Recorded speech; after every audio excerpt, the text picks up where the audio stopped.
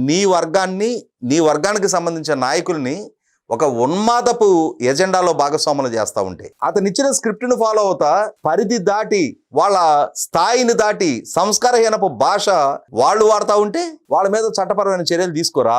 ఆ చర్యలు తీసుకుంటే వ్యక్తులుగా వాళ్ళు తీసుకున్న నిర్ణయాలు అంబటి రాంబాబు, పేర్ని నాని మొత్తం కాపు జాతికి వాళ్ళిద్దరు ప్రతినిధులా?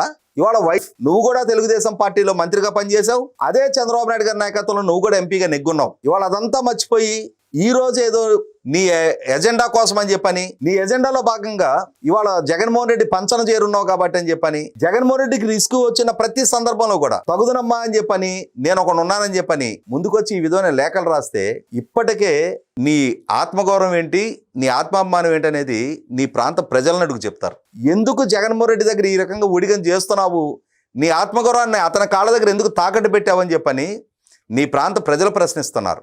ఇంకా నేను రిలీజ్ గాను, ఎటు పద్మనాభరెడ్డిగా నా పేరు మార్చుకున్నా కాబట్టి ఆ జగన్మోహన్ రెడ్డికి ఊడిగం చేయటానికే అవసరమైతే నా జాతి ప్రయోజనాలను కూడా తాకట్టు పెడతానని చెప్పని నువ్వు ఆలోచన చేసిన, జాతి వ్యతిరేకుడిగా చంద్రబాబు నాయుడు గారిని చిత్రీకరించాలని ప్రయత్నం చేసిన ఆ సమాజానికి నీ చిత్తశుద్ధి పట్ల ఒక అవగాహన ఉంది. పవన్ కళ్యాణ్ గారు, చంద్రబాబు నాయుడు గారి పట్ల కూడా ఒక అవగాహన ఉంది కాబట్టి నీ పేరు కూడా మార్చుకోవాల్సిన స్థితి ప్రజలు కల్పించారు. వాస్తవానికి భిన్నంగా ఊహాలోకాల్లో బతుకుతా ఇంకా ఈ శాపనార్థాలు ఈ రకంగా పెడుతుంటే పిల్లి శాపనార్థాలకి ఉట్టి తెగదని గుర్తుంచుకోవాలి పద్మనాభరెడ్డి గారు.